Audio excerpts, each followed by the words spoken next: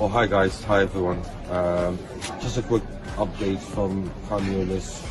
It's been over 20 days now since the borders have closed. There are no goods whatsoever. There's no aid that is coming through at all. Prices are extremely expensive. They're not as available as they have been before the blockade. With the support of Brother Adil's community, we managed to distribute food for about 250 people in Khan Yunis. It was extremely helpful, very beneficial for the people, and it did come on time, actually, during the holy month of Ramadan.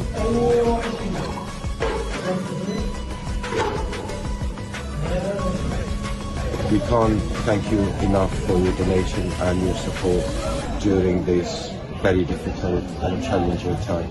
Thank you.